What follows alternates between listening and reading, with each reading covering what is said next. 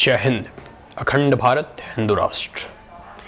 देखो, आपने कभी हवाई जहाज से सफ़र किया है, मतलब प्लेन वगैरह से?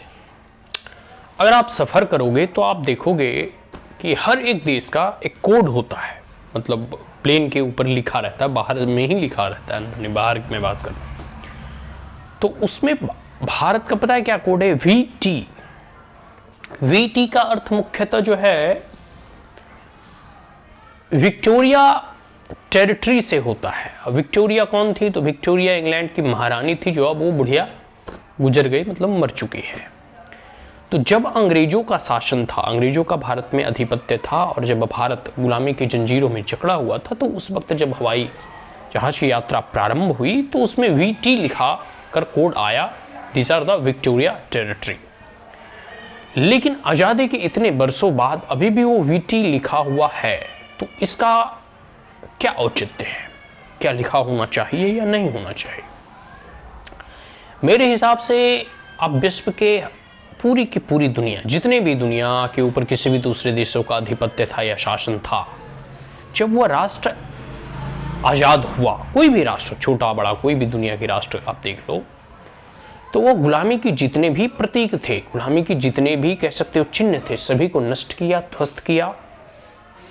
और सिर्फ राजनीतिक तौर पर उन्होंने स्वतंत्रता अर्जित नहीं की, बल्कि सांस्कृतिक तौर पर भी वो स्वतंत्र हुए।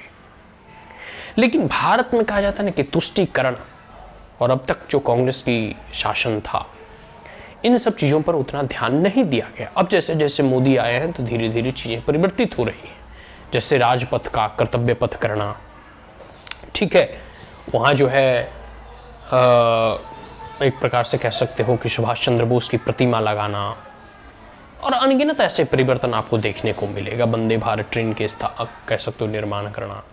नाम में कुछ लोग कहते हैं कि कुछ नहीं रखा, लेकिन मेरा व्यक्तिगत ऐसा मानना है नाम में बहुत कुछ रखा। राम का नाम एक मंत्र की तरफ जपा जाता है, लेकिन रावण को तो कोई नहीं जपता। तो नाम का बहुत बड़ा प्रभाव होता है, बात समझ में आ रहा है?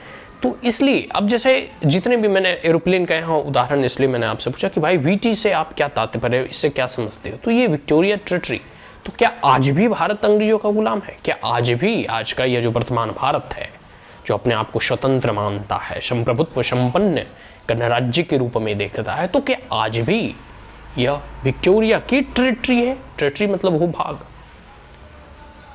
इस पर विचार किया जाना चाहिए, और हम भारत सरकार से अपील करते हैं इसे जो है हटा देना चाहिए।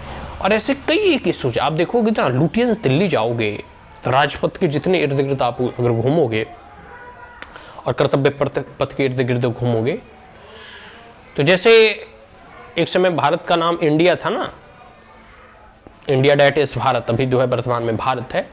अभी देखोगे तो कई इस्लामिक आक्रांताओं और आतंकियों के नाम से आपको सड़कें दिख जाएंगी, जैसे Akbar road, Jahangir road, Aurangzeb road.